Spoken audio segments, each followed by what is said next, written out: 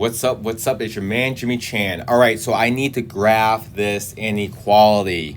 So let's call these as two separate inequalities. So we call them different colors here. So the red one here, there's an X and a Y in it. That means I know it's a diagonal line. So let's go ahead and I know this is going to be a dotted line because it's a greater than sign, right? So I know it's going to be dotted. So let's get Y by itself here. All right, so let me just write down dotted. And when I get the Y by itself, I'm going to have 3Y is going to equal to negative X minus 9. Divide by the 3, so I get Y is equal to negative 1/3 X minus 3. Okay, so let's see here. The slope is negative, so going from left to right is going to be coming down. And so let me go ahead and do this. And let's do this. All right. So what I have is the y-intercept is negative 3.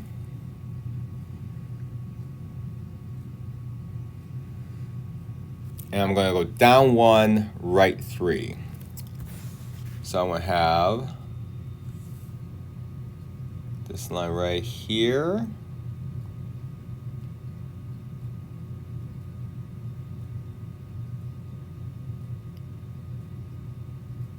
That looks about right. Nope. There we go. All right. So I'm going to have that. However, I know is a dotted line.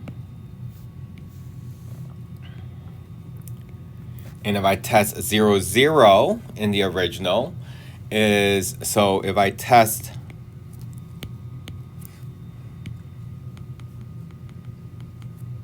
zero, 0, I should have, the question will be, is 0 greater than negative 9? And the answer is yes. So that means I'm going to be shading upward.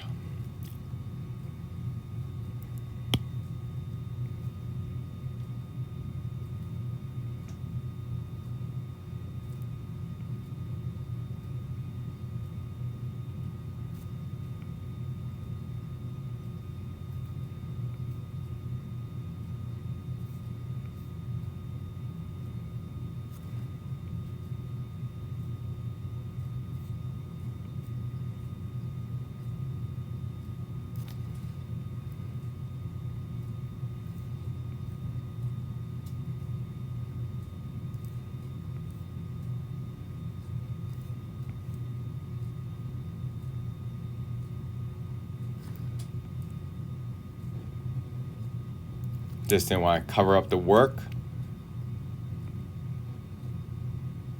Okay, so now I have this y is less than or equal to negative 1. So this one here is telling me that I'm dotted. I'm sorry, solid. However, there's only a y in it, so it doesn't have an x or, not an x and a y in it. It just has a y in it. So that means I have this equation that is like y is equal to negative 1. Well, if y is always equal to negative 1, let's plot 2 points where the y value is negative 1. And you make up the rest, 0 and 2, let's say, right? So 0, negative 1, 2, negative 1. Well, that's going to give me a horizontal line. That's going to be solid. And this is going to be less than. Well, what y values are less than? Well, everything below is going to be less than.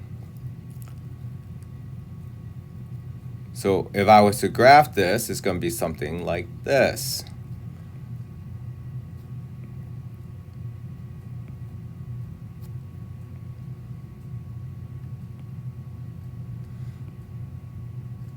So my graph is going to look something more like this, right?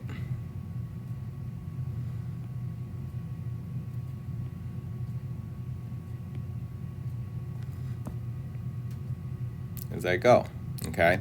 So as you notice that these are not it, and these need to come way down.